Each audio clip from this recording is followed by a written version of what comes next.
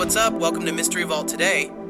We're breaking down the movie Primate 2026, so without wasting any time, let's jump right in. This movie kicks off on a super scary note with roots deep in history. About 2,300 years ago, the first case of hydrophobia, fear of water, was recorded. This fear can sometimes be a mental condition, but it's the most dangerous and terrifying symptom of a disease called rabies. People suffering from it become violent and uncontrollable just from seeing or trying to drink water. That's because the virus attacks the brain and spinal cord directly, and its effect is the most horrifying on chimpanzees. With this creepy info, the film dives into its main story. We arrive at this shadowy, jungle-like place where a regular animal vet shows up for a routine job. He looks totally relaxed and happy. He's sure his work will be easy, giving a vaccine to a chimpanzee named Ben, is sitting quietly, maybe a little too quiet, giving off this weird, calm vibe, and then, without any warning that calm shatters, Ben suddenly lunges at the doctor and launches a brutal attack. In just seconds, the guy's face is torn to pieces and he dies instantly. Through the news, we learn that chimpanzees can understand and use 300 words. That's why a lot of people keep them as pets. After that, the story flashes back 35 hours where we meet a young girl, Lucy.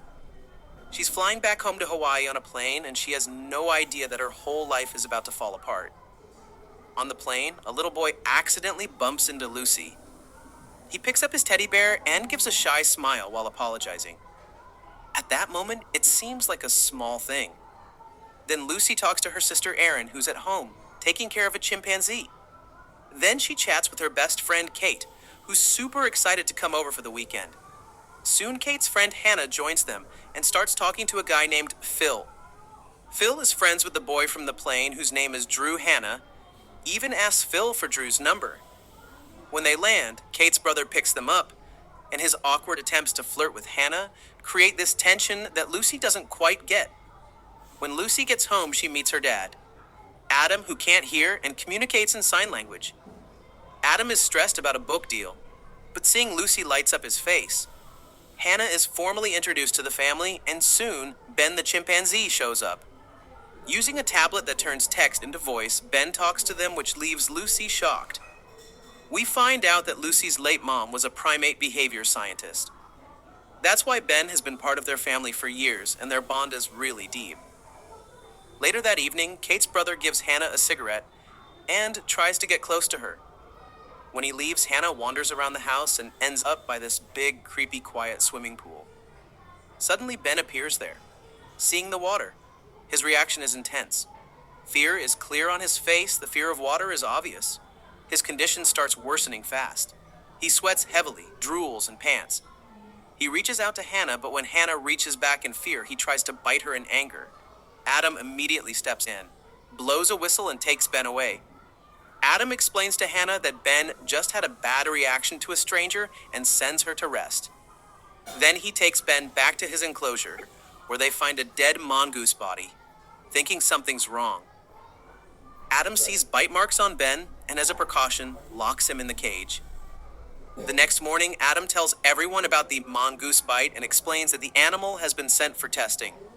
He plans to call a vet and insists Ben stays locked up. After a heartfelt goodbye, Adam leaves for work. The group later hangs out by the pool, where Hannah and Kate's brother start getting close, which makes Lucy jealous. Lucy challenges Hannah to call the boys from the plane, and Hannah agrees. Right after that, Kate gets a call from her mom. But suddenly she feels really sick and starts vomiting. She hangs up the phone. Lucy takes Kate back to her room. And here, it's noted that both girls have matching lockets, symbolizing their deep friendship. Hannah later talks alone with Kate's brother and accuses Lucy of trying to come between them. He denies it, insists Lucy is like family to him, and to prove it, he kisses Hannah. He doesn't know that Lucy saw everything. Meanwhile, Dr. Lambert arrives to check on Ben, who is now clearly aggressive and scared. Attention shifts back to Kate, who feels a bit better and goes for a walk outside. She spots the teddy bear from the plane, and then Ben suddenly appears completely changed. Murderous rage in his eyes, Kate hides and calls Lucy. When Lucy arrives, Ben is gone. But terrifying screams come from the pool area. Kate's brother tries to tie Ben with a rope while Lucy manages to calm him a bit and tie him up. They soon realize the only usable phone is inside Ben's enclosure. Right then, Erin arrives and Ben breaks free, attacking her. Ben blocks all the exits and there's a high ocean cliff behind them. To survive, the group has to jump into the pool, trapped with no way out. Kate's brother tries to push Ben off the edge. Instead, Ben grabs him and crushes his head, killing him instantly. The girls are in shock. While Ben lets out this chilling, mocking laugh that confirms his infection, Lucy realizes Erin needs medical help right away. She carefully gets out of the pool and goes for the phone, but finds the screen broken. A call accidentally goes to the boys from the plane, but they think it's a prank and ignore it. Ben swings in on the lights and brutally attacks Hannah, ripping clumps of her hair out. Somewhere else on the island, Adam gets confirmation from the doctor that the mongoose tested positive for rabies. Terrified, he tries calling Lucy. He doesn't know her phone is still in her bedroom. Inside the house, Lucy and Kate sneak in to get a phone. A TV accidentally turns on, alerting Ben. The girls hide in a closet while Ben rages and smashes the TV.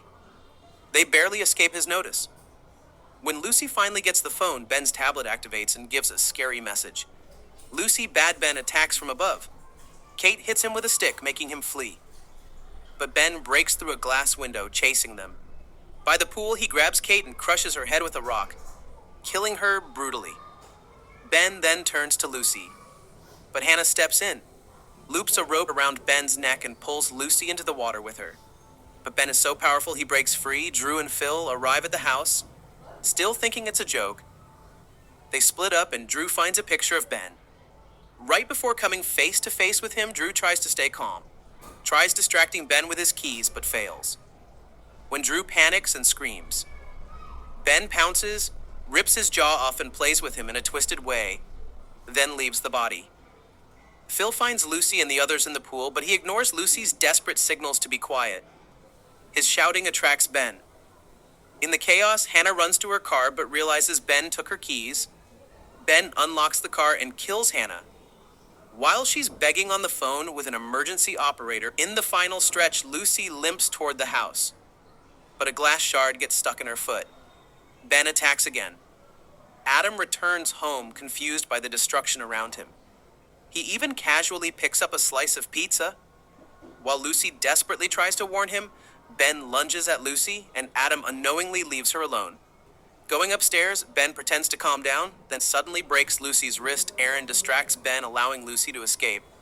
Adam finds Drew's mangled body and finally realizes the horrific reality around him. Adam tries using his whistle, but on rabies-infected Ben, it has no effect anymore. A brutal fight starts, ending when Adam stabs Ben with a broken bottle. Though Ben gets up for one last attack, he stumbles and impales himself on a sharp wooden structure, dying. The film ends with police arriving and doctors confirming that Erin will survive, leaving everyone in stunned silence after this tragedy. If you love this mystery, hit that like button, subscribe to Mystery Vault, and turn on notifications for more movie mysteries. See you in the next one.